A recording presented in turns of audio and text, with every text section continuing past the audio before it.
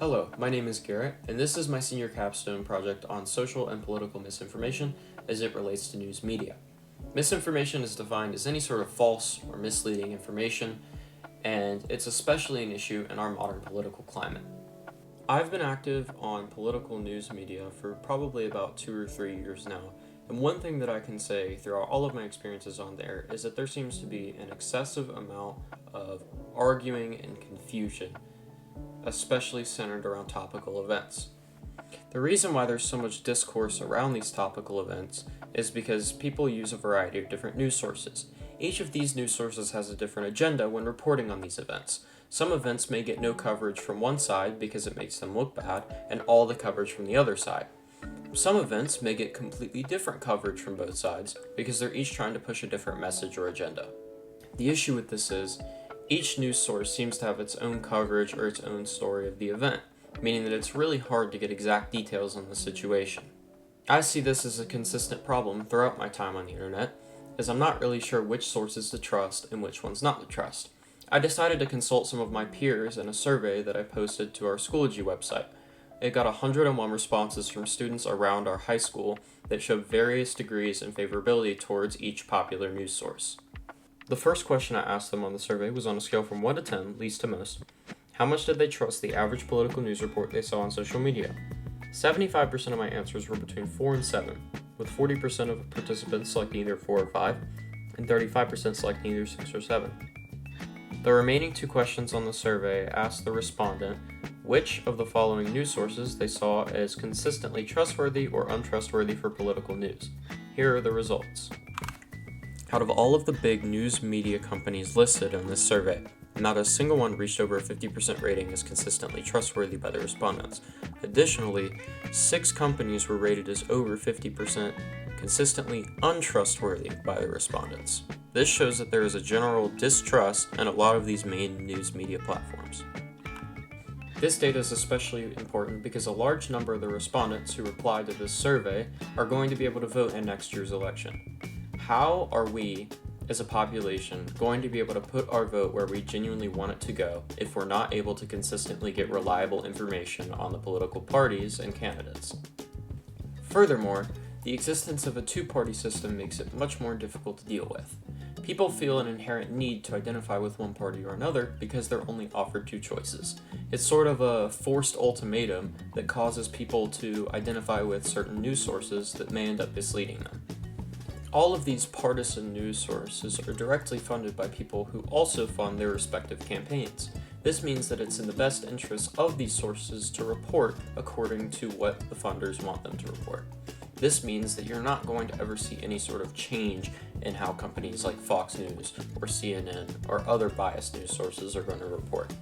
If you consistently listen to these biased news sources without having any source of secondary information, you're inevitably going to fall into what's called an echo chamber. Echo chambers are natural. We as humans want to be surrounded by things that we're familiar with and agree with. We don't like things that we disagree with. Therefore, on social media and with certain news sources, we tend to gravitate towards the people that agree with us. This also means that we get a complete lack of exposure to the other side. One way to potentially counteract these echo chambers would be for social media algorithms to show you alternate news sources that don't align with your political beliefs. However, misinformation spreads 70% faster than regular information, and misinformation is primarily spread in echo chambers, meaning that social media companies are financially incentivized to keep you in those echo chambers. They purposefully are not going to show you alternate news media because you're going to stay on the platform longer if you continue to see content that you agree with and that interests you. Although it is entirely the fault of the media for causing the division in the first place, unfortunately, it's up to you as an individual to be able to moderate these kinds of issues. You must make sure that you're fact-checking with a variety of sources and maybe potentially checking out other partisan sources that don't agree with you. This gives you a wide perspective on the political climate and may help you to better catch misinformation if it's presented to you. Taking this personal responsibility to free yourself from an echo chamber can be really difficult because there are a variety of psychological factors that go into why people are stuck in echo chambers in the first place and why it's so difficult to escape them. Easily the most prevalent psychological factor is the existence of confirmation bias, or motivated reasoning. This is where people will reject facts, or evidence against what they believe because they simply don't want to believe it. It's hard when you build habits of believing things over several years or maybe even decades to be proven wrong and then have to accept that you're wrong. So some people may simply choose not to and will choose to believe that what they've believed for their whole life continues to be true, even if it's not. Even if you're able to avoid echo chambers and make sure that you're accurately fact-checking your information, there's only so much you can do to prevent the spread of misinformation. At some point, it's out of your hands and in the hands of the companies that spread the information. For example, companies have been largely unable to regulate the vast existence of bots on their platform, and AI-generated content, as well as bots posting false information, is becoming increasingly prevalent. There is no real way to combat this at a personal level. All you can do is make sure that you're accurately fact-checking information. It's up to these companies to properly enforce moderation to get rid of issues like this.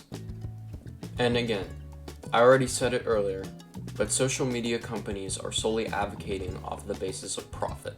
They are not going to do what is best for you personally, they're going to do what's best for them financially.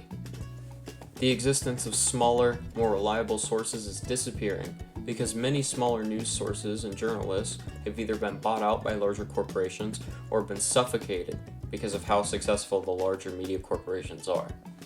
Because of the consolidation of the news market and the priorities of cutting costs and cutting spending, taking precedent over everything else, these companies are lazy at best when it comes to presenting information. There is no more local specialization like there used to be with smaller newspapers and other companies. It's now just large corporations that largely post online news that oftentimes is not true or not entirely true. This is why it's more important than ever to not only be fact-checking your news, but also to support these smaller, more accurate news sources. To recap, there are a variety of issues that come with misinformation spreading on political social media. Unfortunately, it's something that's never going to truly go away. As a matter of fact, with the increased spread of AI and bots, it's probably only going to get worse and more difficult to tell. TV news stations are also going to be a continuing source of bias on various political topics, so ultimately, it's up to you to make sure that you are fact-checking everything you read and trying to avoid being involved in echo chambers. This has been my senior capstone presentation on social and political misinformation and news media. Thank you for watching.